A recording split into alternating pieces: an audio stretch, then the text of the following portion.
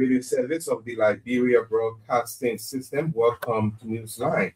Newsline is an hour of news from Liberia and other parts of the world. My name is Jack Davis, presenting on this Thursday, April 2, 2026. In the top stories,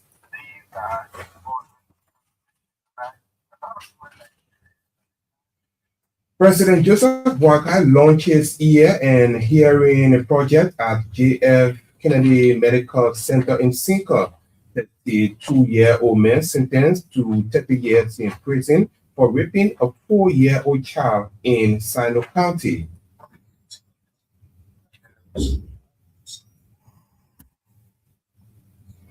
Government to break grounds for construction of St. Paul Bridge to Bow Waterside Road Corridor later this month. And away from home, state security in Uganda confirmed 4 children killed in nursery school stabbing attack in Kampala. Also coming up is an Elbc commentary titled Liberia is open for business, not exploitation. President Boakai's vision for Liberia's blue economy. We have all of these stories plus our regular features, including sports, Liberian English, the French version of the news, as well as the weather update coming up. First, Nakita Roberts with a bulletin of news. President Joseph Boakai has formally launched the Ear and Hearing Project at the John F. Kennedy Medical Center in Monrovia. The project, among key objectives, aims to find amicable solution to curbing ear and hearing complications in Liberia. Speaking at the program on Thursday, President Boakai emphasized the critical role the project will play in achieving zero ear and hearing health-related problems in the country. The president believes with support, the project will restore hope to people faced by the disease and improve healthcare services nationwide. President Boakai lauded the Rotary Club of Monrovia and Church Aid Incorporated for donating several ear and hearing equipment to support the workings of the Ministry of Health. The Liberian chief executive described the move as a major milestone in buttressing government efforts to improve the lives of citizens through improved healthcare services.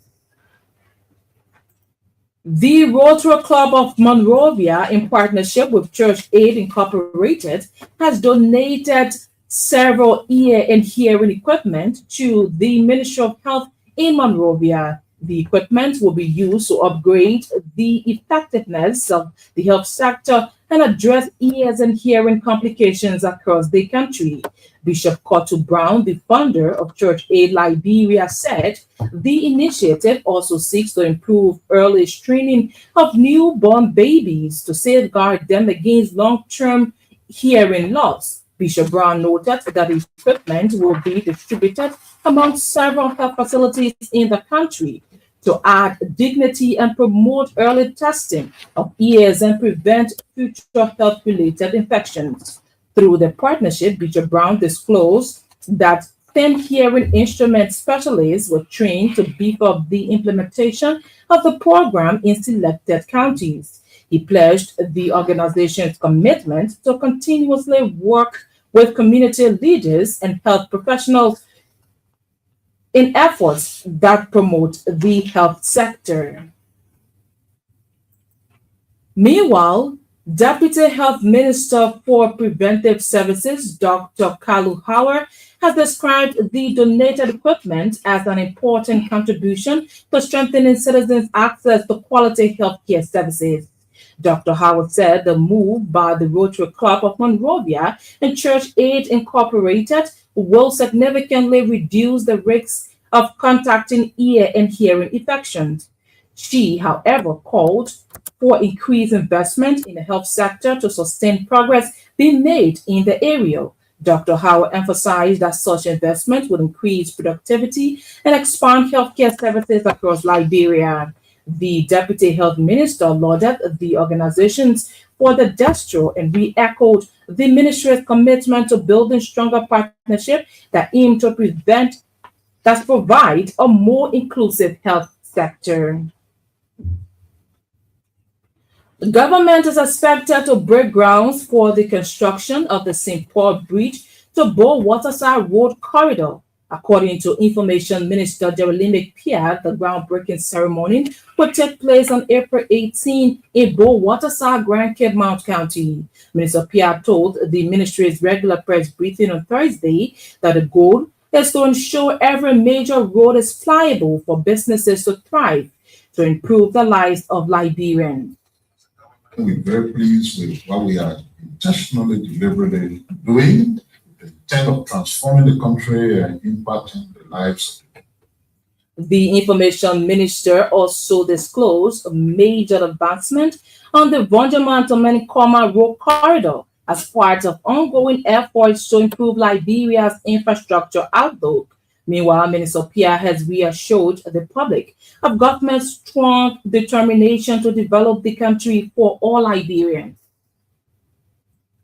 At the same time, Information Minister Jeremy Pierre has announced several key initiatives aimed at strengthening health, education, and governance systems across the country. Minister Pierre revealed that new county treasury systems are being introduced to improve transparency and decentralization, with plans to expand operations to all 15 counties by 2027. He said in the health sector, the Ministry of Health has received ambulances and medical supplies from the World Health Organization to enhance emergency response to maternal care.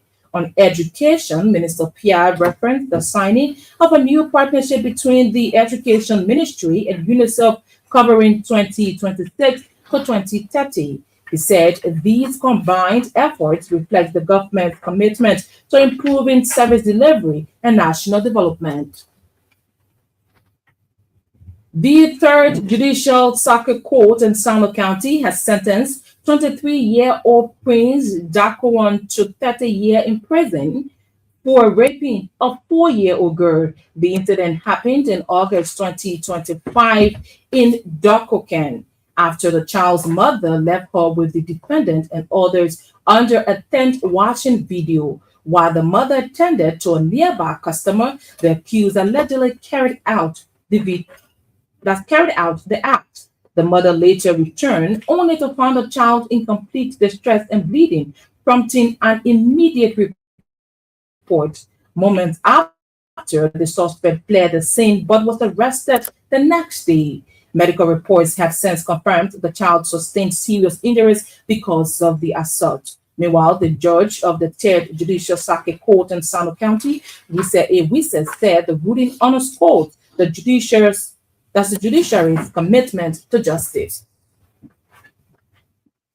National Elections Commission NEC acting chairperson Janet Dunwida has committed to the implementation of key priorities of the commission. Mr. Wheeler was recently nominated by President Joseph Boakai to act as head of the institution following the resignation of Madam David Etta Brown Lassanan. The acting NEC chairperson said preparations are ongoing to engage staff of the commission to ensure the institution's work progresses without disruption. He made the remarks recently when he took the mantle of authority as acting chairperson of the National Election Commission. Mr. Wheeler described his return to the commission as a homecoming, praising the leadership of his predecessors and the dedication of the staff. The head of the West African Examination Council of Liberia, Dilberto, said more than 2,000 candidates have registered for the 2026 national examinations across Liberia. Mr. Boto said a total of 57,000 plus 12th graders are expected to sit the West African Senior School Certificate Examination with their fees fully covered by the government. He added that over 55,000 ninth graders have registered with the government paying for those in public schools, while parents are responsible for fees at the 6th and 3rd grade levels. Mr. Boto emphasized that no 12th grade student is required to pay any examination fees, warning schools against illegally collecting money from candidates. Speaking at the Ministry of Information regular press briefing on Thursday, The West African Examination Council boss disclosed that the government do not only pay for its current contributions, but also made additional payment toward outstanding debts owed by the West African Examination Council headquarters. An educational agreement to improve learning outcomes for children across Liberia was signed on Wednesday in Monrovia. The new 5-year work plan was signed by the Liberian government through the Education Ministry and the United Nations Children's Fund. A dispatch says the document, which covered the period of 2026 to 2030, signals a renewed collaboration between the Liberian government and UNICEF. Officials highlighted that the agreement is critical to supporting Liberia's long-term education development goals. It prioritizes foundational learning, equity, and stronger education service delivery. Police spokesperson Sam Collins says the Liberia National Police (LNP) remains committed to protecting lives and properties of all citizens without fear or favor. Collins' statement follows claims by Masaraba County District 9 Representative Francis Afoko, who alleged that police officers used tear gas on him and some residents of his district, leaving him in fear for his life. According to Colonel Collins, police officers were enforcing a court order eviction when they came under attack with some stones reportedly thrown at them by residents. Meanwhile, the police spokesperson is calling on all Liberians to refrain from violence and use the rule of law to address grievances. Collins also reassured Representatives Safoko and the public of the police commitment to safeguarding all citizens without discrimination. A major boost to digital connectivity has been recorded in River County as Senator Jonathan Bocha-Sumbre installed Starlink internet service at the Depot Referral Hospital in Kawikan Fishtown. Starlink, developed by SpaceX, is a satellite-based internet system designed to deliver high-speed connectivity through a network of low Earth orbit satellites. The installation is expected to significantly improve communication within the health facility, addressing long-standing challenges that have affected information sharing, coordination, and emergency response. Senator Somwe has also announced plans to extend similar installations to selected high schools in remote parts of the district, aimed at strengthening access to online learning resources, research, and administrative operations. Health officials and residents have described the intervention as timely, noting that improved internet access will enhance healthcare delivery and support faster response to emergencies.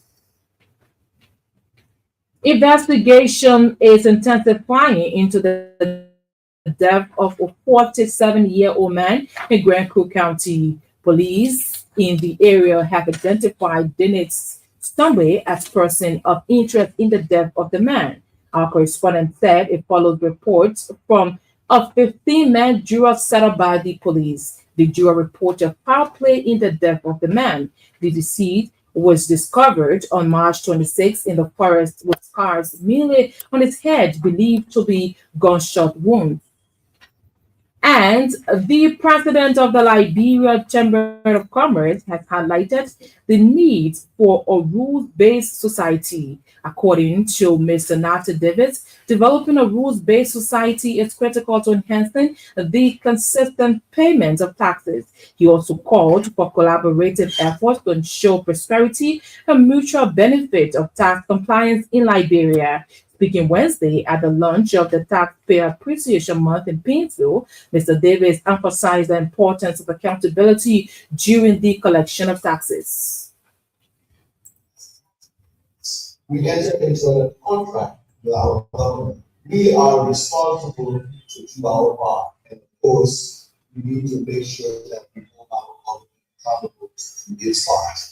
The Taxpayer Appreciation Month was launched by Liberia Revenue Authority (LRA) to recognize outstanding taxpayers for their contributions to the development drive of Liberia. Meanwhile, Mr. Davis is commending compliance taxpayers while urging the LRA to ensure no revenue leakages occurred in the country. Lakita Roberts and the news bulletin. She will be back on the program with the weather update and later with the foreign development. This is Newsline on Elbc Radio. One of the top stories we're following on this afternoon's edition of the program: government to break grounds for construction of St. Paul Bridge to Old Waterside Road corridor later this month. That story comes up later. Well, let's start in Cinco at the John F. Kennedy Medical Center, where on Thursday, President Joseph Boakai formally launched the Ear and Hearing Project. The project, among key objectives, aims to find actionable solutions to curbing ear and hearing complications in Liberia. Speaking at the program, President Boakai emphasized the crucial role the project will play in achieving zero ear and hearing health related problems. Important